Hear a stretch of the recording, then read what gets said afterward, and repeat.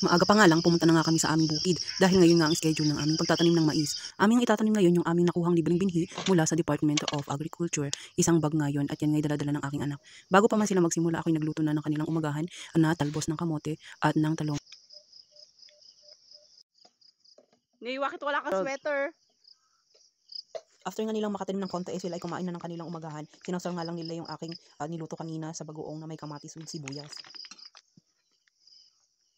After ko nga makapagluto ng aming umagahan ay sinunod ko namang niluto ang aming magiging merienda. Yun ay ang simpleng pansit lamang.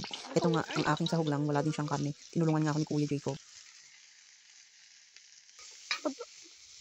Pagkatapos nga niyang maghalo-halo dyan ng mga ricado para sa pansit ay nanguha siya ng mais pampakain sa kanyang manok. At may nakita siyang bullfrog guys. At ako nga ay kanyang tinakot.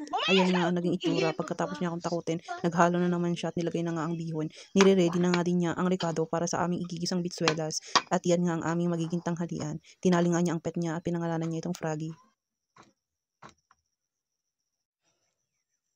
Anong pangalan ng pet mo? Frog. Guys, ito ang pet ni Kuya Jacob dito sa bukid. Nyaw, Jacob! Bitsuelas na may talong at may uong. Mushroom. Kulam dito sa bangkag. At nangungulit na naman ng aking anak dahil siya nga daw ay gusto mag-roller coaster.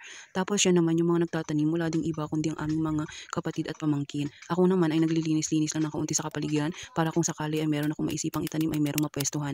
Eto nga ang aking mga kasama ngayon dito sa aming bukid, ang aking hipag at ang aking bayaw, asawa ko at ang aking anak, pati na rin yung aking pamangkin. Nandyan din siya pero nagtatago sa camera. Yan nga ang asawa ko, ako pa ay tinarget niya.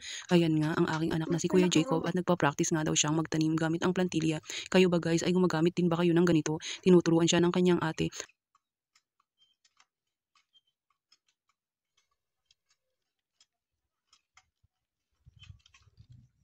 Kumakain din ba kayo ng ganyan, guys? Oh, siya na mismo ang